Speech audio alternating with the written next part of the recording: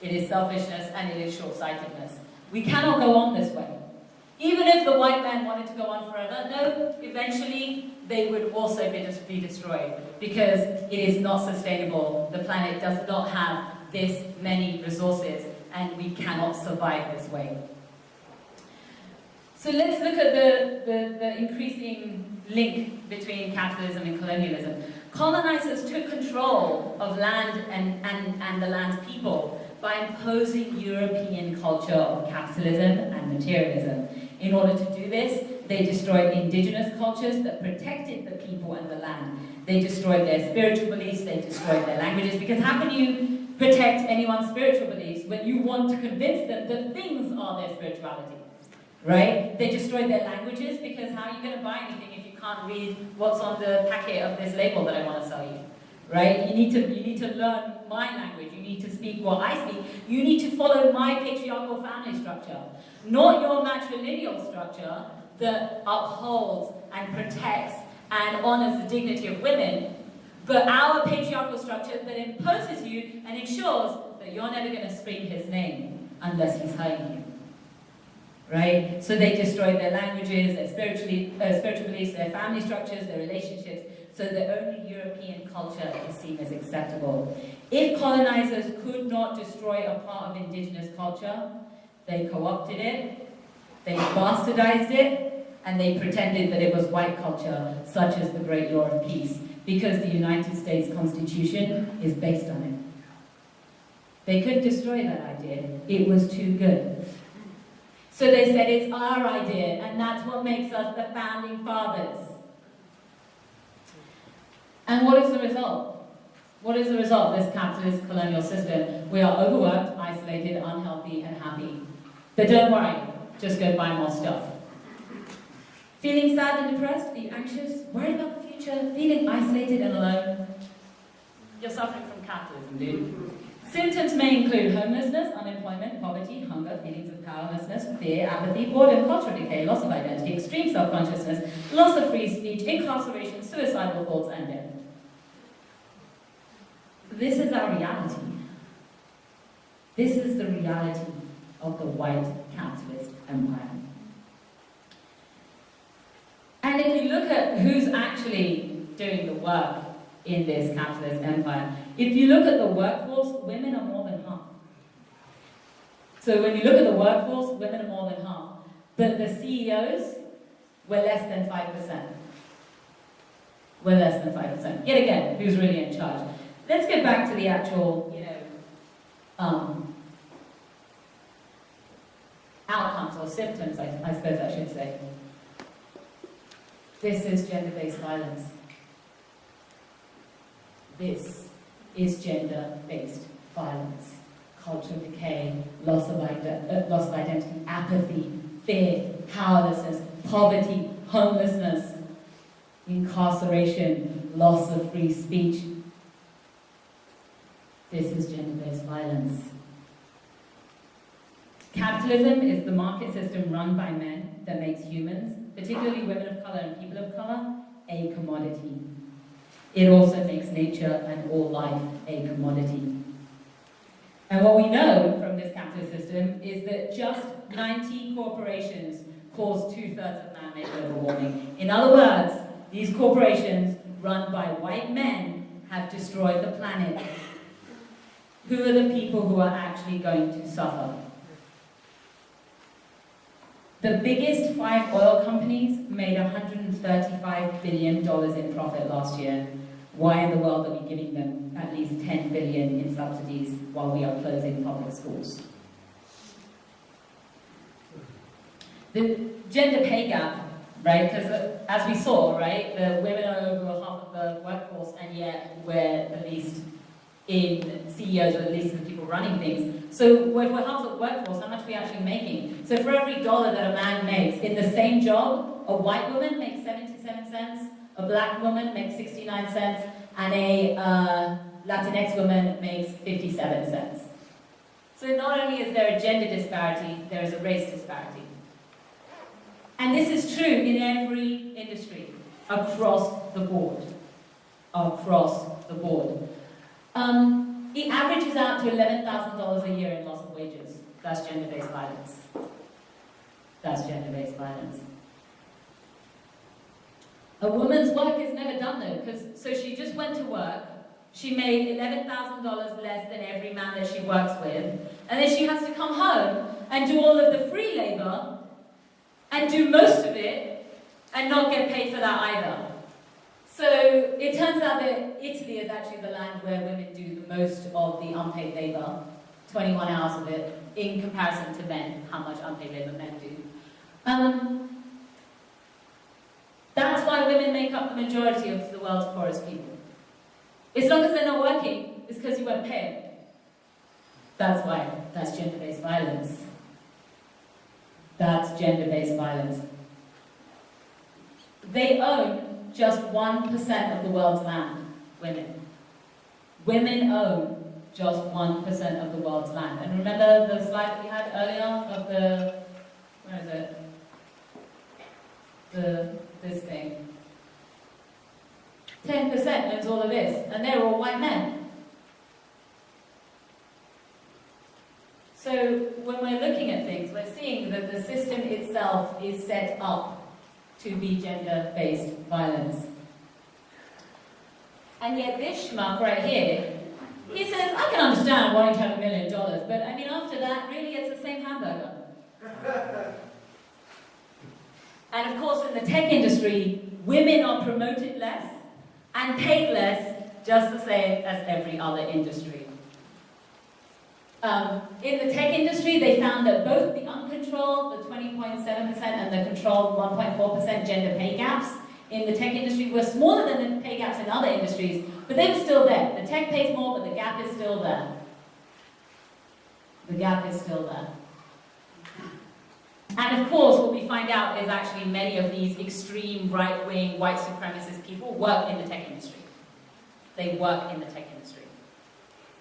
So, stolen wages, right? And this is a slide that was actually talking about the stolen wages of indigenous people, but it's basically a reflection of the stolen wages from women of color as well, right? So stolen wages, well, that's got economic consequences because you've got poverty, you've got lack of property, lack of assets, lack of inheritance, right? So your children aren't going to get anything, so they're stuck in this cycle of poverty. You've got emotional and social consequences, you've got racism, assimilation, right? You've got loss of culture, stereotyping, increase in violence, homelessness, and drug and alcohol abuse, because really if you're stuck in this, you're going to find some way to try and cope with it. It's really a rational decision in an irrational world. And then they say that, well, you know, you've just got problems adapting to be free. You've got problems adapting to freedom. It's pretty clear that capitalism isn't working. So let's talk about patriarchy. And I want to warn everyone, right? True warning, okay? Deep historical trauma. You may feel uncomfortable and defensive. Patriarchy. A society is patriarchal to the extent that it is male-dominated, male-identified, and male-centered. One of its key characteristics is the oppression of women. One, not all. Okay? Really important to understand that. Homophobia, transphobia, speciesism, right? Ableism, these are all characteristics of a patriarchal society. Did you need that? Okay. Okay. Male supremacy is fused into the language so that every sentence both heralds and confirms it, and affirms it, I should say. So we're taught that men are inherently better in a patriarchal society, right? We're taught that they're physically better, mentally better, emotionally better, even spiritually in patriarchal religions, right? Because not all spiritualities around the world teach this. But Western religions, particularly patriarchal religions, teach us men are superior, God is a man, shut the hell up. Right? So we see this every day when menstrual cycles are mocked and women get told, oh, are you on the rag? Is that why you're irritable? Is that why you're unhappy? Right? When women are told they talk too much. Right? Except that studies have shown that in every scenario, men always talk more. And then the moment the woman says something, he's like, shut up, you're always talking. Right? When women are told we talk too much. When we're told we're too emotional, when we're told that men are leaders, And women are bossy, right? When boys tell each other to cry like a girl, right? But why do they tell each other that? Because their fathers told them, boys don't cry, right? That's patriarchy showing up. When boys are not allowed to express themselves, when young children are not allowed to express themselves, and then they regulate on the other boys around them, they regulate on the other children around them. You're not allowed to feel like that. If I'm not allowed to feel, you're not going to feel, right? When girls are told to shave their legs, I don't shave my legs, fuck it. Right? When older men's looks are called distinguished, and older women are called haggard. Right? When women are asked if they remember correctly when they speak up about being abused. I've never heard anyone ask a man, are you sure you're remembering this correctly? When a man is telling you about something that happened in his life, I've never heard it, ever. I've never heard anyone say, nah, you must not be remembering it right. And this shows up in relationship inequality, right? Women are expected to work and also child rear, and also do all of those chores. They take their husband's name, they lose their own identity, they're expected to nurture and always give, while men are expected to always take. And of course, we see violence against women, right? This graphic says 1 in 4, it's actually 1 in 3. And that is also actually a number around the world. 1 in 3 women will experience domestic abuse. Most female homicides are committed by their partners, 3 every day. 3 every day, that's in this country. In my experience, this number, well actually no, let me just go on. So rape culture, right, we live in this rape culture, and everyone's like, what are you talking about rape culture? Why would you say that? So the truth is that women are taught that they exist for the pleasure of men, right? That's what women and girls and femme-bodied people are taught, that they exist to give men pleasure, and men are taught that they exist to take pleasure. That's what they've been taught. You're supposed to enjoy a woman's body. You're supposed to enjoy yourself, right? That means that women get blamed for being raped because, why? Why didn't you just enjoy it? I've heard that. Why didn't you just lay back and enjoy it? I've heard that, right? That means most people who are raped are not going to talk about it. Only 32% of rapes are reported. Society depicts women as existing for the use of men. Women of color are most likely to be raped and or sexually assaulted. So here are some statistics on rape, right? So, we can stop asking this stupid question of, but what does rape culture even mean? 63% of all reported rapes were committed by white males. Study in 2014. 63%, that's well over half. Well over half. Women of color most likely to be raped. Let's look at this. Native American women, meaning indigenous women, 34.1%. Mixed race women, 24.4%. Black women, 18.18%. White women, 17.7%. That's pretty stark. That's pretty stark. Sex offense victims, 67,000 were female, 12,000 were male. So what that means is you're most likely to suffer from sex crimes if you are female, but it doesn't mean that males don't suffer from it, right? Males also suffer from this. Convicted sex offenders, 70,000 were male, just over 4,000 were female. 21.8% of all rapes suffered by women are gang rapes. So what that means is that it means that it's not some, guy who's sneaking around and hopes that no one finds out. No, it's a cultural ritual amongst men. It's a cultural ritual amongst men. It's a bonding exercise.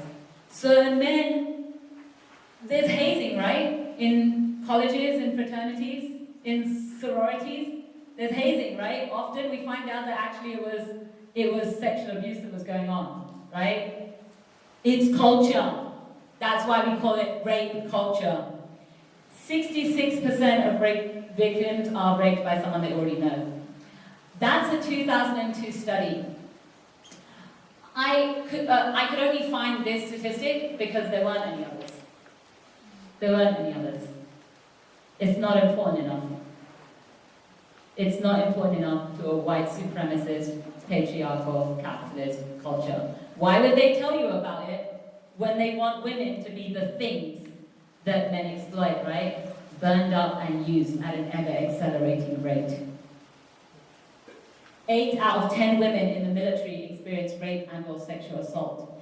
In their books, it's called unwanted sexual contact, to protect the men. Unwanted sexual contact.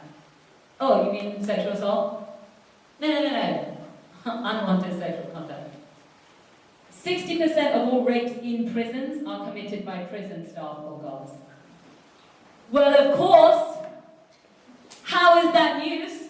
Of course the people with power are going to be raping the people with no power. But the media has told us, oh no, it's actually these violent inmates who are raping other inmates. Yeah, that does happen. But why? Because there's a rape culture in the prison enforced by the guards. That's why. 1 out of 10 rape victims is male. It's almost never reported.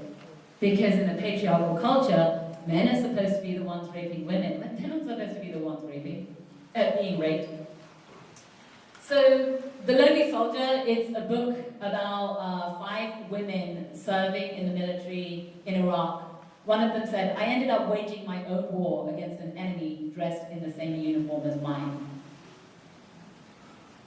So even if, as a woman, you buy into the patriarchal structure, you make yourself one of them, you put on the same uniform, you go to the land, and you wait and watch and keep silent while they rape the women of that land, you will also be one of those women who gets raped.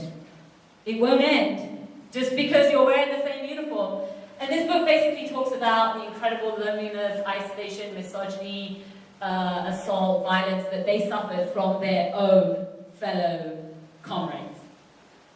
And yet, here we see that the military actually had a campaign to talk about sexual assault and sexual harassment. And I am the force behind the fight. I am committed to stopping sexual harassment and sexual assault. I am living the army values. I am protecting the members of my team, and yet it's women. Men aren't expected to do it. Why would the men be expected to do it? It's their right. They're entitled. Use and burn up things at an ever-accelerating rate. So this is what white male privilege looks like. This person, her name is Jasmine Abdullah Richards. She's a Black Lives Matter activist. She was peacefully protesting. During the protest, she defended a woman from unlawful police detainment. She was arrested and convicted of felony lynching, despite having committed no violence. She served 90 days in jail and has 3 years of probation. This schmuck, rapist Brock Turner, Brock?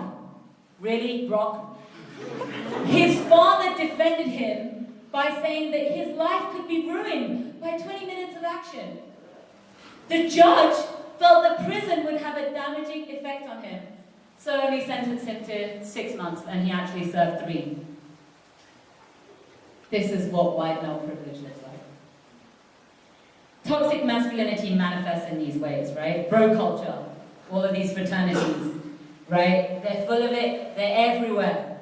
Contempt for women in language, in swear words, and objectifying, and slut-shaming, and gaslighting. Gaslighting, this word is very important, you must understand what it means. Gaslighting is when someone convinces someone else that what they remember is not what happened, even though what they remember is 100% true. And they say, are you sure you remember it right? Because, I feel like maybe you might be overreacting. Maybe you're over-emotional and you're just applying stuff that didn't really happen. Maybe I should talk to this man just to see whether or not they're a nice person. That happened to me recently. There was someone preying on women in an activist camp. And I went to someone who called himself a white male ally, and I told him this person's a predator, go and deal with them. So what he did was, he didn't go and deal with them. He went and had a 5-minute conversation with them to see whether or not they were a nice person. Yeah. Yeah. That's gaslighting. Gaslighting. Homophobia. Because homosexuality doesn't fit into the toxic masculine idea of what masculinity is, right? So it must be stamped out. Transphobia, because transgender people don't fit into the gender binary. The gender binary is the way that toxic masculinity enforces its will and its domination upon everyone else, so they also have to be stamped out. Rejection for any call for accountability. That is toxic masculinity. So when you said that, how long do I have? I can't see it. Awesome, thanks. So when you try to hold people accountable when they're doing these things, they'll say, no, I don't need to be accountable to you. I'm not going to be accountable. In fact, I'm going to get rid of you. Right? What men demanding their privilege and rejecting any call for accountability and forcing others to do labor while crediting themselves for that labor. I've told many different cis-males, thanks. I've told many different cis-males in the movement that they need to do anti-patriarchy training. You know what they tell me? Can you find a training place for me to go to? Can you be my secretary and book that for me, thanks? Fuck that. Fuck you, white man. That's not how this works. The most potent and prevalent toxic masculinity manifests as white male privilege, okay? But it also manifests in men of color. It manifests massively in men of color. Toxic masculinity is the micro day-to-day manifestation of the macro system of white supremacist patriarchy, right? That's what it is. That's how you have to understand what this is. The micro day-to-day manifestations of the systemic abuse that we are all subjected to. So when it comes to transphobia and homosexuality, over 1,500 people have been killed in transphobic hate crimes in the last 6 years worldwide. 1,500 people. And this, by the way, this is at least 6 months old. So I don't know what the number is now. Homosexuality is found in over 450 species. Homophobia is found in only one. Which one seems unnatural now? Genders beyond the binary have always existed. Okay? Gender is a spectrum. And historically, many cultures around the world have not viewed gender as only male or female. Right? Binary gender identity was forced on many different peoples by colonizers. Okay? By colonizers. It is a colonial construct. Toxic masculinity and gun culture. So, this gun is called Big Dick. Big Dick. Give Big Dick and be envied by every boy in school. Every boy has heard of the big rapid-fire machine gun, Big Dick. Modeled as closely as a toy can be after its big brother at the front. This gun was a toy gun in 2018 in a children's magazine. Advertised in a children's magazine in 1918. During World War I, boys were being taught that guns were big dicks. And then you wonder where gender-based violence comes from. Bell Hooks tells us, the first act of violence that patriarchy demands of males is not violence towards women. Instead, patriarchy demands of all males that they engage in acts of psychic self-mutilation, that they kill off the emotional parts of themselves. If an individual is not successful in emotionally crippling himself, he can count on patriarchal men to enact rituals of power that will assault his self-esteem. Right? Rituals of power to assault his self-esteem. Because in order to maintain white supremacist patriarchal control, men have to fall in line. That means men need to step out of that line. It means men need to do the work to smash the patriarchy, because we are fucking exhausted.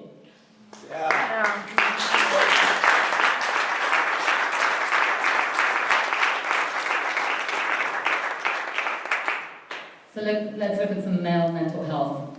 Research suggests that men who have playboy attitudes may face a higher risk of mental health trouble than men who don't. You could argue that the playboy attitude is a mental health problem. Let's look at some statistics. 70% of suicides every year are committed by men.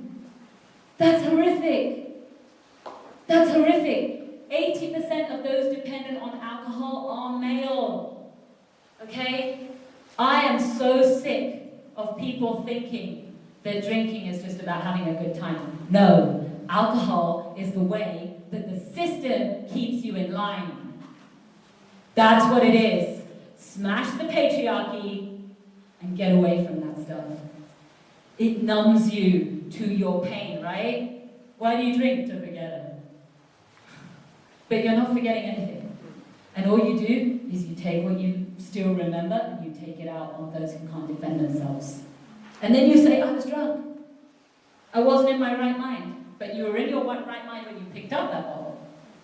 You were in your right mind then. 72% of people treated for depression in the UK are women.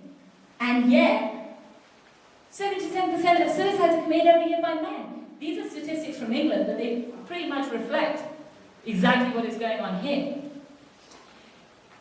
1 in 8 men in the UK are diagnosed with depression. In the UK, a year. 1 in 8 men, compared to 1 in 5 women. Men between the ages of 20 and 49 are more likely to die from suicide than any other way. So this is in the UK. Let's not forget, right? How much of the planet did the British control? For how long? Most of it. And they exported their white male patriarchy around the entire globe, and we are all suffering from it, just as they are still suffering from it. And I was born in England, so I can say this shit. The average age of first onset of depression is 25 to 29. Young. Really young. Patriarchy is paternalistic. It treats people of color and indigenous people like children, as if they can't take care of themselves. One tactic was to separate children from parents to force assimilation and military control. In Australia and in Canada in particular, the child welfare system was the wolf in sheep's clothing, where they would come and say, oh, this child is being neglected, so we're going to go and take them and put them into a foster care system where they're going to be raped and abused and tortured, and we're going to call that taking care of the children. Meanwhile, we're going to tell them that they're orphans. We're going to tell them that their parents didn't want them. We're going to tell them that they've been abandoned. And this is still happening. It's still happening. More children are being taken today in Australia than during the Stolen Generations period. Yeah? Than during the Stolen Generations period. Today, in June 2016, the number was 16,846 Aboriginal children were in out-of-home care in June 2016. Men of color are emasculated by white supremacist patriarchy. They've always been emasculated by white supremacist patriarchy. That's why they were called boy, slave, savage, monkey. It was a way to dehumanize and emasculate them so that they couldn't protect their women, so that they were easier to control, so that they were easier to whip and beat and keep down. And because of that, they felt hopeless, and they do feel hopeless, because they've been robbed, imprisoned, beaten, objectified, murdered, lynched, and left unable to protect their families. And of course, the patriarchal structure tells you that it is the man's job to always protect the family, instead of understanding that the family must work as a unit, right? And what happens is, they take out their anger at the system on who? those who can't defend themselves on their women and on their children, which completes this cycle of violence that has been imposed upon us by colonizers. Due to a culture of patriarchy, humans, mostly white men, try to dominate nature. We steal her body. Fossil fuels, forests, water, animals, minerals, as if they just belong to these men. As if she just belongs to this man. Yeah, we pollute the water, the land, the air, despite the fact that millions of other species live here, right? Humans act like it's our right to ruin the natural habitat of others. We kill animals as if we have a right to. We treat them as if they exist for our pleasure. Just the way patriarchy treats women as if we exist for their pleasure. But the World Watch Institute tells us that animal agriculture is the leading source of greenhouse gas emissions. One of them, if not the most leading cause, 51% of global greenhouse gas emissions. And who eats the most meat? The most meat is eaten in the global north by white people. And even in your family, who eats the most meat? Men. The white man, right? The white man. And yet, people of color living in global north countries have been indoctrinated into thinking that they have to eat meat too. In order to assimilate, in order to be manly, and if you're a man of color and you've been told that you don't qualify as a male because you're not white, well, you want to be as manly as possible, right? So you're going to eat all this crap, right? You're going to put it in your body and not think about the fact that this is destroying the planet and our ability to survive on this planet. We are in mass extinction. This was the Miss America cattle auction. You can't see it very well. I'm sorry about the graininess. But the woman is naked, and they've drawn pieces on her as if to show that her body is like meat, like that's rib, that's a round, that's a thigh, breast, you know, all of the pieces of meat that you eat, right? Drumstick, you know? Because she is to be consumed, just the same way the cow is to be consumed, just the same way the pig is to be consumed, just the same way the person of colour is to be consumed. Coon. Australia's tastiest cheese. They actually called it coon. They actually called it coon, America's tastiest cheese. And there was like a huge backlash, like, that's hella racist. And they're like, yeah, okay. And then, of course, I think they changed it. But they actually put that out there. They thought that was okay. Because it's the truth. I mean, they're consuming us in order to eat their cheese. At least they're being honest about it. Projected impact of climate change on agricultural yields. All of these countries here in the red, orange, yellow, they are all going to starve. Funnily enough, this is where all of the people of colour live. The black and brown people. And in those black and brown families, who's going to starve first? The women. Because they're going to make sure that their man eats because he has to go to work. They're going to make sure that the children eat. They're going to make sure that the elders eat. And they will starve. Access to clean water. Women around the world spend 16 million hours per day collecting water in sub-Saharan countries, 25 sub-Saharan countries. Women spend 16 million hours per day collecting water.